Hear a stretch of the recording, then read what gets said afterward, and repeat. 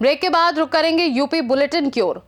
UP bulletin में हम आपको प्रदेश की कई खास और अहम खबरों से रूबरू करवाएंगे, जिसमें सबसे पहले हम बात करेंगे भदोई की, जहां भदोई में कालीन कारखाने में गैस लीक होने से 3 लोगों की मौत हो गई। आगे बात होगी बिजनौर की, जहां स्योहारा में हुए सड़क हादसे में बाइक की टक्कर से व्यक्ति की मौत हो गई, जबकि 2 युवक घायल हो गए। ऐसी तमाम खबरों पर विस्तार से डालेंगे नजर। खबर भदोई से, जो आरआई से सूर्या कारपेट फैक्ट्री में सोमवार रात डाइंग हाउस में एक दर्दनाक हादसा हो गया, जिसमें 3 मैकेनिक जहरीली गैस की चपेट में आ गए और उनकी मौत हो गई। बता दें कि घटना के समय ऊपर खड़े अन्य कर्मचारी समझ पाते उससे पहले ही तीनों गिर चुके थे। उन्हें तुरंत बाहर निकालकर अस्पताल ले जाया गया, लेकिन डॉक्टरों ने उन्हें मृत घोषित कर दिया। हादसे के बाद फैक्ट्री परिसर में हड़कंप मच गया। प्राप्त जानकारी के मुताबिक डाइंग हाउस के केबिन में वॉशिंग और ईटीपी प्लांट से जुड़ी प्रक्रिया चल रही थी। कर्मचारियों ने सवाल उठाया कि केबिन में गैस भरने की सूचना क्यों नहीं दी गई, गैस सेंसर या चेतावनी अलार्म मौजूद क्यों नहीं था और सुरक्षा प्रोटोकॉल का पालन क्यों नहीं किया गया। जिलाधिकारी और पुलिस अधीक्षक सहित प्रशासनिक अधिकारी मौके पर पहुंचे और फैक्ट्री प्रबंधन से पूछताछ कर गैस लीक के असली कारण की जांच शुरू कर दी है। वहीं परिजनों में मातम पसरा हुआ है। देखिए, ये सूर्या कारपेट करके यहाँ की एक प्रतिष्ठित कारपेट मेकिंग कंपनी है, जो कि ऊगापुर औराई रोड पर स्थित है। वहाँ पर अभी सूचना हम लोगों को प्राप्त हुई थी कि वहाँ का जो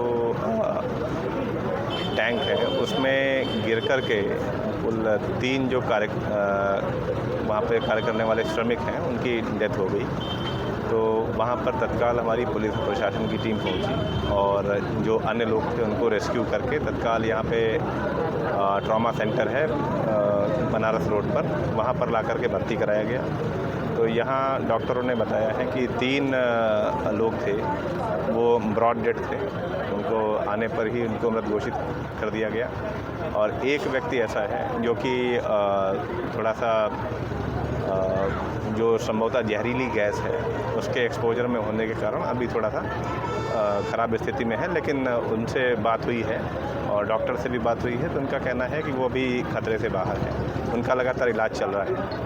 सर, पीएम को लेकर कुछ बात की जा रही थी अभी यहाँ पे कि जी, जैसे दुर्घटना के कारण मृत्यु हुई है तो एक नॉर्मल प्रोसीजर है, पोस्टमार्टम कराया जाता है। इसके लिए पूरी कागजी कार्रवाई कर ली गई है और जो शव हैं उनको कब्जे में लेकर के उनको पोस्टमार्टम के लिए भेजा जा रहा है।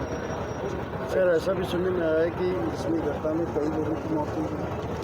नहीं, 3 लोगों की ही मौत हुई है और इसकी जो है टीम मौके पर जाकर के इसको देख भी चुकी है। अब दुर्घटना के क्या कारण हैं इसका पता लगाने के लिए मेरे स्तर से एक मजिस्ट्रियल जांच भी कराई जाएगी। उसके अलावा हम लोगों ने जो श्रम विभाग की टीम है, उसके अलावा जो फैक्ट्रीज डिपार्टमेंट है उसकी जो टीम है उसको भी मौके पर भेजा गया है और जो विभिन्न कारण हैं जिससे ये एक्सीडेंट संभवतः हुआ होगा उसकी पूरी पड़ताल कराने के बाद जो आवश्यक कार्रवाई होगी इसको किया जाएगा।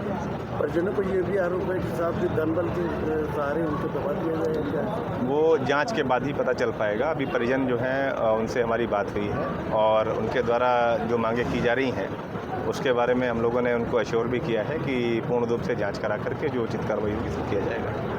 भदोई से सी न्यूज़ संवाददाता प्रदीप की रिपोर्ट।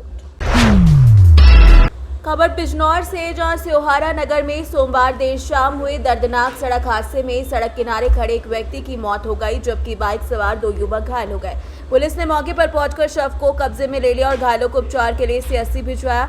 जानकारी के मुताबिक मोहल्ला खालिद नगर पीथापुर निवासी शमीम उर्फ भूरा किसी कार्य से धामपुर रोड स्थित फव्वारा का पास आए थे। इसी दौरान सामने से आ रहे बाइक सवार युवक नियंत्रण खो हो गया और उसकी टक्कर सड़क किनारे खड़ी शमीम भूरा से हो गई। टक्कर में भूरा गंभीर रूप से घायल हो गया। सूचना मिलते ही पुलिस मौके पर पहुंची और तीनों घायलों को सीएससी ले जाया गया, जहां चिकित्सकों ने शमीम उर्फ भूरा को मृत घोषित कर दिया।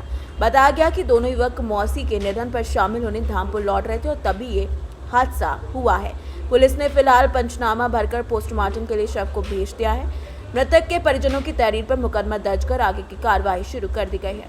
क्या नाम है आपका? महबूब आलम। एक्सीडेंट हुआ, क्या मामला, कैसे हुआ है? ये 2 लोग मोटरसाइकिल पर से सवार, किधर से आ रही थी मोटरसाइकिल? ये मोटरसाइकिल धामपुर की तरफ से आ रही थी। एक्सपायर हुए कौन थे?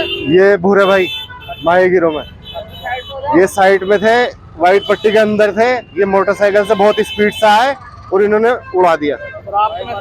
हाँ, और शराब के नशे में है बहुत ज्यादा वो। बिजनौर से सी न्यूज़ संवाददाता सलीम हाशमी के साथ सानू सिद्दीकी की रिपोर्ट। खबर हमीरपुर से, जो मौदाहा रागौल रेलवे स्टेशन पर तैनात ऑपरेटर रमजी खान का एक वीडियो सोशल मीडिया पर खूब वायरल हो गया। वीडियो में रमजी खान को रेलवे ट्रैक पर खड़े होकर वीडियो बनाते हुए देखा जा सकता है। ड्यूटी पर तैनात होने के बावजूद रमजी खान ने सुरक्षा मानकों को दरकिनार कर दिया, जिससे हादसे का जोखिम पैदा हो गया। पूरा मामला मौदाहा के रागौल रेलवे स्टेशन के ओवरब्रिज का बताया जा रहा है, जहां ये खतरनाक घटना घटित हुई। हमीरपुर से सी न्यूज़ संवाददाता जितेंद्र की रिपोर्ट। मेरठ से खबर है, जो मेरठ के थाना लिसाड़ी गेट क्षेत्र में रात को बारात चढ़त के दौरान हुई हर्ष फायरिंग ने एक युवती की जान ले ली। 22 वर्षीय युवती बारात चढ़त को छत से देख रही थी, तभी पेट में गोली लगने से वो गंभीर रूप से घायल हो गई। अस्पताल ले जाते समय उपचार के दौरान युवती की मौत हो गई। पुलिस अधीक्षक नगर मेरठ ने मामले की पुष्टि करते हुए बताया कि हर्ष फायरिंग अवैध तमंचे से की गई थी। घटना श्याम नगर रोड स्थित 20 फुटा शौकत वाली गली में हुई। पुलिस ने शव को कब्जे में लेकर पोस्टमार्टम कराया और आरोपी की तलाश शुरू कर दी है। हर्ष फायरिंग के दौरान सर एक युवती की गोली लगी थी। क्या पूरा मामला, किस क्षेत्र का मामला, क्या आपकी जांच में पाया गया अभी तक?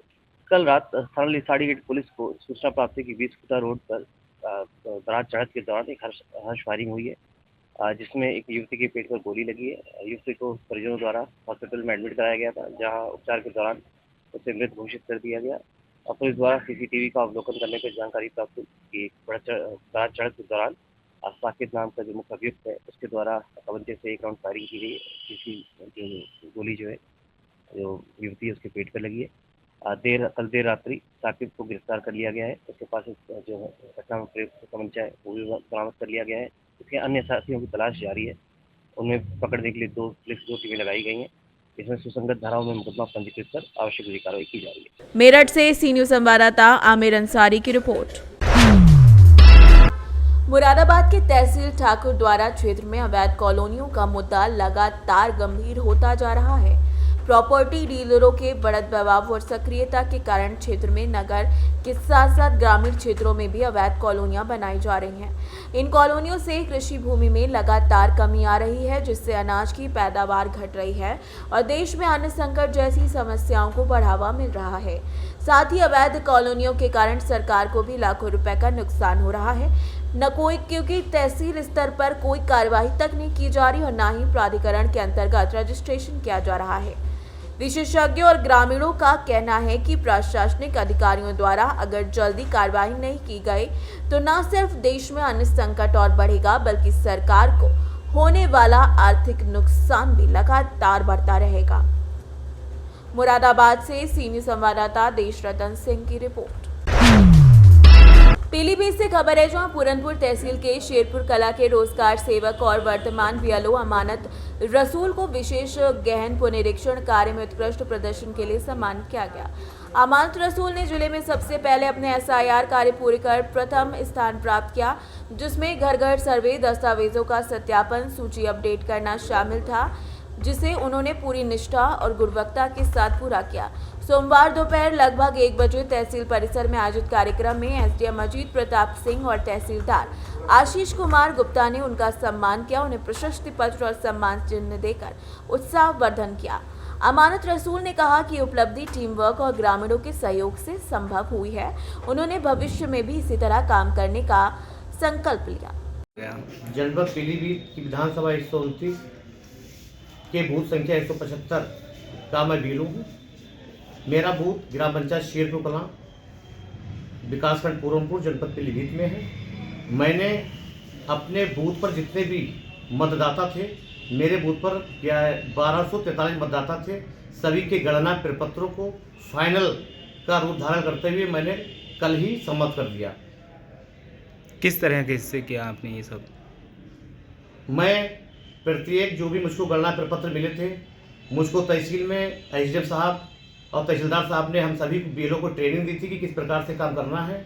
उसी प्रकार से मैं अपने बूथ के मतदाताओं के घर प्रपत्र को लेकर गया और मतदाताओं के घर बैठकर उन मतदाताओं से फार्म को भरवाया। उनमें कोई कन्फ्यूजन था तो मैंने उसको दूर किया। सारा फार्म उन लोगों ने भरा कुछ कमियाँ थी, मगर वोटर सूची 2003 की मेरे पास रही। जिन मतदाताओं को परेशानी आ रही थी तो 2003 की वोटर सूची से मैं तुरंत नाम देखकर उनके मतदाताओं का SIR पुरानी 2003 की संख्या डाल देता था, जिससे फार्म उसको तुरंत प्राप्त हो जा रहा था और मैं तुरंत ही उसको ऑनलाइन कर दे रहा था। एक दिन में मैंने 150-200 पर डे ऑनलाइन किया है, जिससे मेरा 7 दिन के अंदर काम फाइनल हो गया। आज मुझे IGM साहब ने यहाँ पर बुला के सम्मानित किया, उनका मैं हार्दिक धन्यवाद देता हूँ, तहसीलदार साहब और IGM साहब का। पीलीभीत से सी न्यूज संवाददाता हैदर खान की रिपोर्ट। रायबरेली जिले के चंदापुर थाना क्षेत्र के ओया गांव में मंगलवार सुबह एक सनसनीखेज वारदात घटी, जिसमें 35 वर्षीय समरजीत उर्फ विनीत की ट्यूबवेल के पास सोते हुए पीट कर नरमम हत्या कर दी गई। सुबह धान पीटने गए मजदूरों ने शव देखा, हाथ पैर बंधे हुए थे, चेहरे पर और शरीर पर लाठी डंडों के निशान थे, जिससे हड़कंप मच गया। मजदूरों ने तुरंत ग्रामीणों को सूचना दी। मृतक के बड़े भाई अमरदीप उर्फ पिंकू ने बताया कि समरजीत पर अपने खेतों की देखभाल की जिम्मेदारी थी। घटना की सूचना मिलते ही चंदापुर पुलिस और फॉरेंसिक टीम मौके पर पहुंची और जांच शुरू कर दी। अपर पुलिस अधीक्षक संजीव सिन्हा ने कहा कि प्रथम दृष्टया यह हत्या का मामला लग रहा है, दोषियों का जल्द गिरफ्तारी कर आवश्यक कार्रवाई की जाएगी। क्या नाम है भैया आपका? पिंकू सिंह उर्फ अमरदीप सिंह। कहाँ के निवासी हैं? गांव होया पुष्प बहरे मऊ। थाना कौन सा लगता है? थाना चंदापुर। क्या घटना हुई है? घटना है कि भाई है मेरा छोटा, मुझसे 3 भाई हैं हम जी। दूसरे नंबर का है, खेती काम करता था, अपने ही टेबल पे रहता था। क्या नाम है? विनीत सिंह और समरजीत सिंह। उम्र कितनी है? उम्र इनके लगभग वही 34-35 साल के लगभग है। क्या घटना हुई है? घटना हुई कि सुबह हमको लोगों को सूचना मिली तो यहाँ आए तो देखे सर में एक घाव, मतलब थे नहीं, वो मार दिया था कोई राती में। अच्छा। अब कैसे मारा, किस हिसाब से मारा, कौन मारा, ये जानकारी नहीं है अभी हमें। हाँ। ना कोई वैसी दुश्मनी थी इतनी तक बड़ी कि हाँ नहीं हम पे शंका जताएं किसी पे जी, बस ये। तो यहीं पे रहते थे क्या? हाँ यहीं रहते, ज़्यादा 5-6 साल से ही रहते हैं, खेती काम ही देखते हैं ना पूरा जी। छोटा वाला भाई वो बाहर रहता है, हम यहाँ रहते हैं, अपना घर पे किराने की दुकान कर रखे हैं। किसी से कोई दुश्मनी वगैरह? कोई इतनी दुश्मनी नहीं है कि मर्डर करने वाली दुश्मनी रही हो। पुलिस आई है? अचानक कुछ भी हो, यहाँ पुलिस आई है। सर एक हत्या हुई, क्या मामला है सर?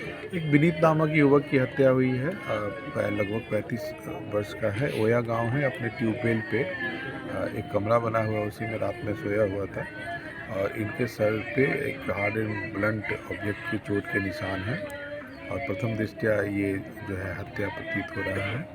परिवारीजनों से भी बातचीत की गई है, इनसे जो भी तहरीर मिलेगी, तहरीर के आधार पर सुसंगत धाराओं में अभियोग पंजीकृत कर लिया जाएगा। मौके पर फील्ड यूनिट है, पंचायतनामा की कार्रवाई की जा रही है और शीघ्र ही घटना का नाम होगा। रायबरेली से सी न्यूज संवाददाता वीरेंद्र साहू की रिपोर्ट। यूपी बुलेटिन में फिलहाल के लिए इतना ही। बने रहिए सी न्यूज भारत के साथ, हर खबर आपके साथ, आपके हाथ।